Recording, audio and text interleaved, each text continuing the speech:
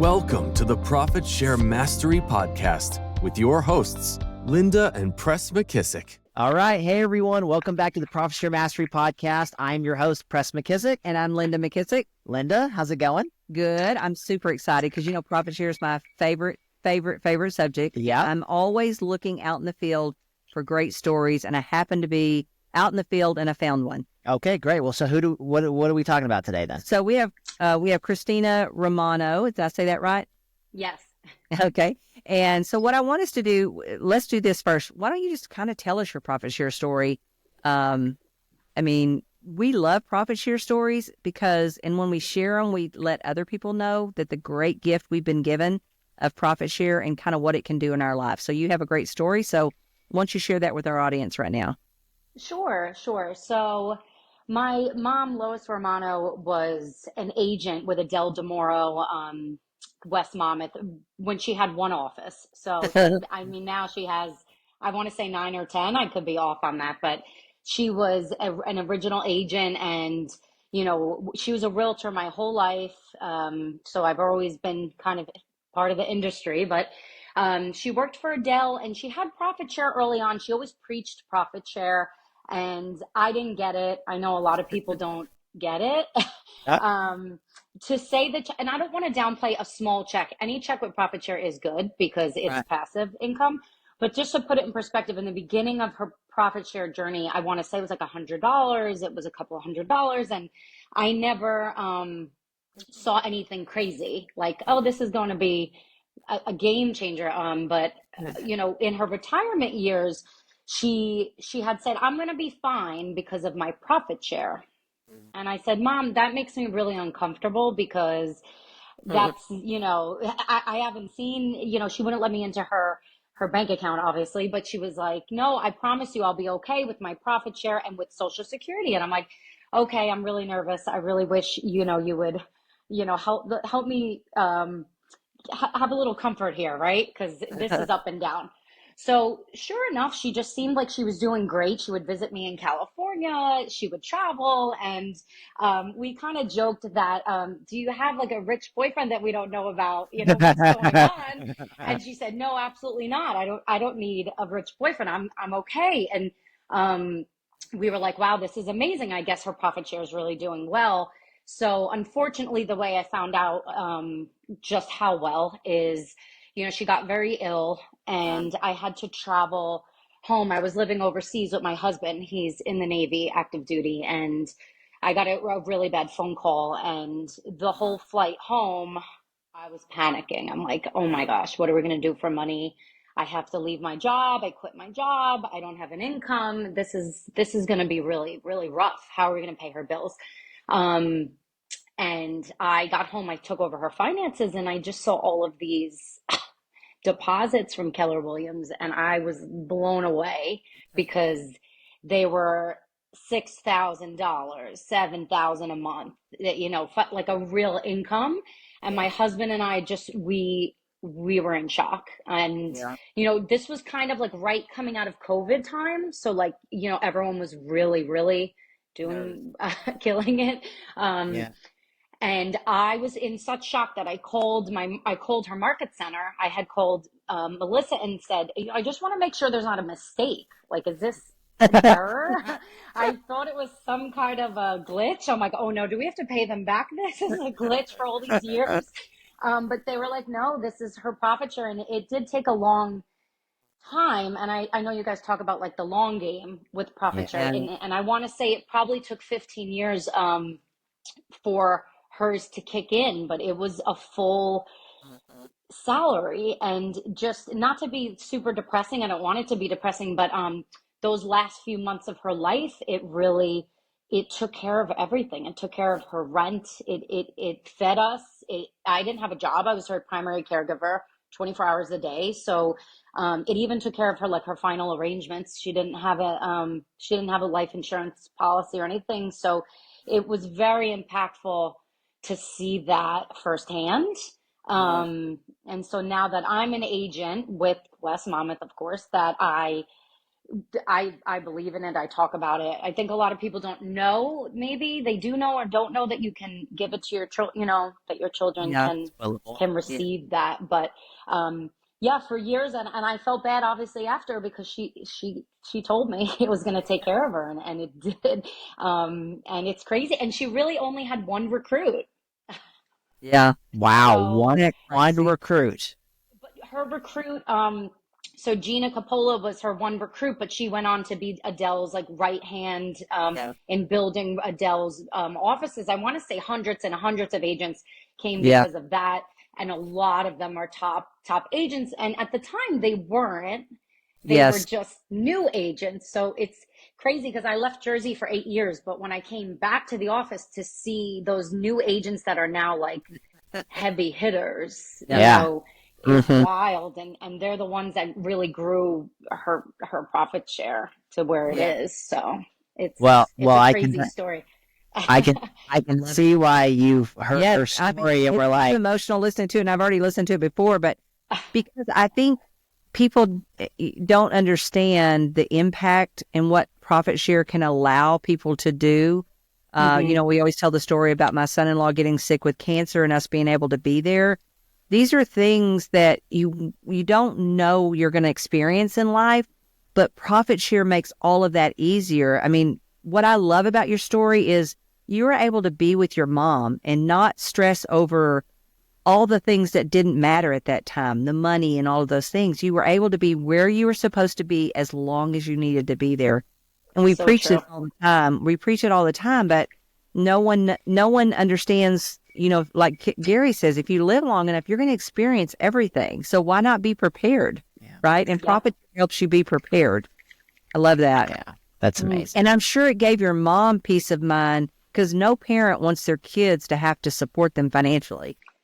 No, no, of course not. And I know that it meant a lot to her to leave that behind, and to leave. I mean, it's really the reason I became an agent, because even though it wasn't in the six figure, or it wasn't 5,000 anymore, but it was an income. And so Yeah. I inherited that. I was able to say, hey, it's a big jump to be an agent at 100% commission, but I do believe that's what gave me the push, because I could. So she did Yeah. give me that. And I feel like that's interesting to go full circle. Like, she always wanted me to get back into the business. And I feel like she like left me that, which is Yeah. sweet and, Yeah. impactful too, for Well, and sure. markets go up and markets go down. I've had profit share for a long time. My profit share has gone up. My profit share has gone down. That's just part of the thing. Your highest profit share check ever was, Oh, gosh. well, in a year, In a year, million something. million I don't know. four. And I don't ever know these I numbers. think it's like $1,000,004. He knows them better than me. But your lowest ever was y'all's first profit share. How much was that? 79 cents. That was our first profit share check.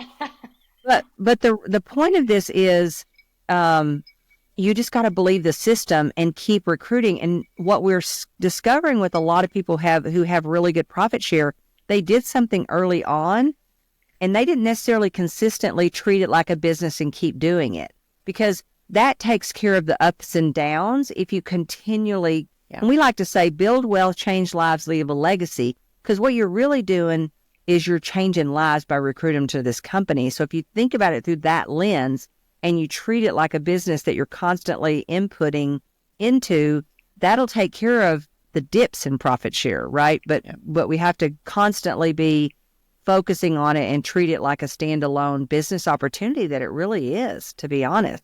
Yeah. Sure. Yeah, absolutely. Christina, I'm curious, is there any stories, in the final days with your mom, or even around profit share, anything that kind of sticks out about your, time with her that would relate at all to just special time that you got because of the gift of profit share? Well, I think just like Linda had mentioned, I mean, the luxury of being able to be the full-time caregiver. I was there. I was there for the final months of her life. I was there for the final day of her life. And I mean, rent in New Jersey is very expensive. So to say that, I'm not exaggerating when I say that it's more than just time. It's like we would have had no place to live, because my home was in Spain. I didn't have a home here. I didn't have a car here. I didn't have anything here. So it was really that serious. Like I wouldn't have had a place to house her really had it not been for that. And that I can never, thank the company enough I mean, I don't even still to this day, I'm like, what would I have done? Like, I don't even know what I would have done because the rent alone, we wouldn't have had a place. So just to be able to have a home and it was comfortable, it was a beautiful home and she did pass at the home too. So to be able to have that, you can't replace that. There's nothing that could have really replaced that. And that's why I did recruit my husband into the company and now we're recruiting and that's why we saw it happen. So I think we believe in that. I think we have like 5 people in K-Score right now that we're working on. Right. A few others. I'm a year in as an agent. So Awesome. I'm trying now because I know I'm like, even if it could give me, any passive income is nice, but to do what it did in those months was like, you can't even compare that to anything. Yeah. And it has to feel good to come back and see the lives that your mother changed by introducing them to KW. So she did something for those people. Mm. Yes. It was just as much for them as it was for her. Yes. And when I say some top teams, there's some really big heavy hitters that are, there. And even if they went a different direction, it's crazy to see the growth of a lot of them, and to come back is a crazy feeling. To be back and be an agent there too it's cool. It's very cool. I wonder if she knows how many levels. Do you know how many levels your mother's profit share goes down? Do you have any idea? Oh, it's a lot. I don't. I'm sorry. I meant to pull that, but I know it's a lot. Do you think you're getting money off the 6th and 7th level? Yeah. And I think that at the time, and listen, like you said, things change and they're up and down, but I haven't personally, since I inherited it, I've never had a check less than $1,200 a month. Yeah. I mean, that's a lot of money and I wasn't even working for the company at the time. And I was like, feels nice. weird, like kind of wrong. Like I'm cheating somebody or something. Yeah, a little bit. I did ask several times, like, is this real? Like, is this a real thing? And it's one thing to get like a big life insurance check or whatever it is, but this is like a forever thing. Yeah. So that's not lost on me either, that this is like, the goal is to make it something great. Right now I'm in the beginning of a business. So, but hopefully make it go towards something special, I think. Yeah. I love that. Well, and we've done research in our region that found that people who made the most in profit share earmarked it for something special. Yeah. So you might go look at how much you're getting a year and think about like, what could I do with that? Like, what's that thing that this is going to be for? Because most people, it just goes in their bank account and they spend it all. If you earmarked it towards either buying an investment property or taking your family on an experience that they'll never forget, whatever those things are that are emotionally important to you and your family. Yeah. Sure. Yeah. Sure. So I want to know, you have this really unique perspective, right? Your mom does amazing things in the company, brings in an amazing person. They bring in a bunch of people, lots of growth, profit share starts showing up. You have a special moment, with your mom, thanks to the gift of profit share. And then you decide to get into the business. Most people, when we talk about profit share in KW, they don't get it on the front end. They're not coming in and with the mindset of like I'm not only going to sell houses, I'm also going to help introduce people to this company. So I'm just kind of curious, like, did you come in, was profit share top of mind? Like, how did that, walk me through like your mindset as an agent when you think about the opportunity you have inside of KW because of what you've experienced? Okay. Well, it was definitely top of mind, and it was a reason that I picked Keller Williams, besides the fact that I knew a lot of people at the market center. I was side note though, but the person my mom recruited, her husband is the one that took me back into the company 15 years later, because I had my license in 2007 and I put it in referral. So Frank Capola had brought me back in. So, but my initial thought was, wow, if this company, it did so much for us did so much for my mom, even not selling homes, just in retirement, just the passive income. I need to join this company. Obviously, I was scared about the real estate side because it's a jump to go 100% commission. And she was a single mom. So we had our struggles up and down in the business because, like I said, this was not something that we had ever.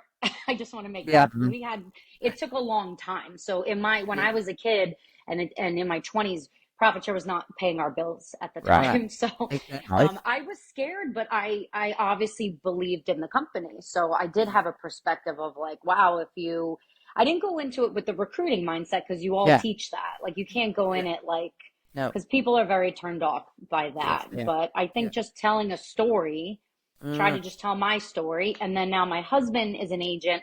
He's telling his story. He's still active duty as well. So it kind of happens a little bit naturally, I guess you would say. But I did feel strongly about it right off. But like in our first year, I was like, we have to get a few people signed up, and we have to get a few people at least every year signed up. So I did go in with that mindset. And a lot of agents, they're new and they don't get it yet. They just don't get it. So you're right. I had that clarity, like, oh no, I see it might not be right now, but it's a long game. Yeah. Well, what I love too is, you talked about not getting it. Most agents don't get it. And most agents experience what, like, you remember when you showed back up with your mom, you're like, are these right? You go to the market center, you're like, are you taking me money? Yeah, taking money. Do I owe you this money? What is this, right?